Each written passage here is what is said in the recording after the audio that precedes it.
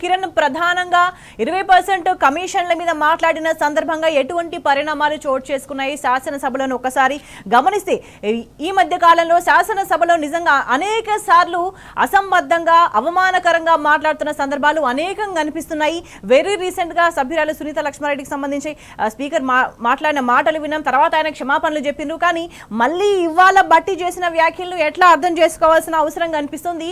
శాసనసభలో ఒళ్ళు దగ్గర పెట్టుకోండి మాట్లాడడాన్ని ఎట్లా చూడాల్సిన అవసరం కనిపిస్తుంది. ఇటు శాసనసభలోనే ఇటువంటి బెదిరింపులకు దిగడాన్ని ఎట్లా అర్థం చేసుకోవాల్సిన అవసరం ఉంది. వాస్తవానికి అవుట్ ఆఫ్ శాసనసభ ఒక్కసారి ఆలోచించినట్లయితే ఎవరు ఒళ్ళు దగ్గర పెట్టుకోవాల్సిన అవసరం కనిపిస్తుంది. అంటే ఇటు సమస్య ఉంది, సమస్య పరిష్కరించండి, ఈ సమస్య లేకుండా చూడండి అని అడిగిన వాళ్ళు ఒళ్ళు దగ్గర పెట్టుకోవాల్సిన అవసరం ఉందా, లేకపోతే బాహటంగా ఇష్టం వచ్చినట్టు దౌర్జన్యంగా మీరు ఇంత కమిషన్ ఇవ్వండి అని ఇబ్బంది పెడుతున్న వాళ్ళు ఒళ్ళు దగ్గర పెట్టుకోవాల్సిన అవసరం ఉందా?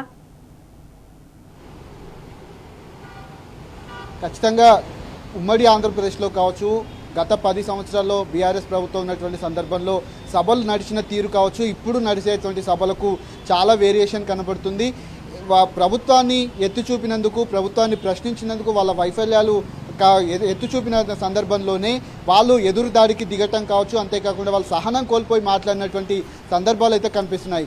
మొన్న సునీత లక్ష్మారెడ్డి మీద స్పీకర్ చేసినటువంటి కామెంట్స్ కావచ్చు, ఈరోజు బీఆర్ఎస్ వర్కింగ్ ప్రెసిడెంట్కి చేసినటువంటి వ్యాఖ్యలకు, అటు బట్టి విక్రమార్క ఒళ్ళు దగ్గర పెట్టుకొని మాట్లాడాలంటూ చేసినటువంటి వ్యాఖ్యలు కావచ్చు. ఎందుకంటే వాళ్ళ మీద వస్తున్నటువంటి విమర్శలను పూర్తిగా సమాధానం చెప్పలేకనే ఇలాంటి వ్యాఖ్యలు చేస్తున్నారంటూ కూడా బీఆర్ఎస్ పార్టీ వాకౌట్ చేసి బయట దాదాపు 15 నిమిషాల పాటు ఆ ఎమ్మెల్యేలు వెళ్తున్నటువంటి ప్రాంగణంలో కూర్చొని నిరసన వ్యక్తం చేశారు.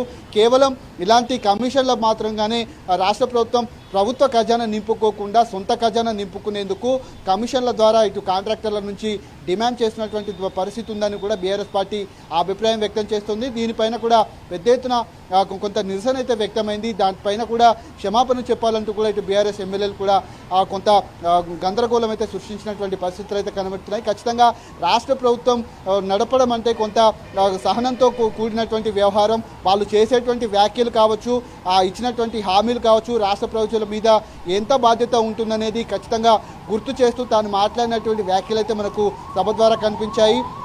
ఎక్కడికక్కడ ఒక సమస్య వచ్చినప్పుడు దాన్ని మరిపించే విధంగా మరొక సమస్యను సృష్టించడం కావచ్చు, కొంత ఆరోపణలు చేయడం పట్ల కూడా వీళ్ళు అభ్యంతరం అయితే వ్యక్తం చేసినటువంటి పరిస్థితి అయితే కనబడుతుంది. రాష్ట్ర ప్రభుత్వ తీరు కూడా కొంత సహనం కోల్పోయే విధంగానే ఉన్నటువంటి మంత్రులు కావచ్చు, స్పీకర్ కావచ్చు ఇలాంటి వ్యాఖ్యలు చేస్తున్నారంటూ కూడా బీఆర్ఎస్ పార్టీ అయితే అభిప్రాయం వ్యక్తం చేస్తుంది. స్వేచ్ఛ.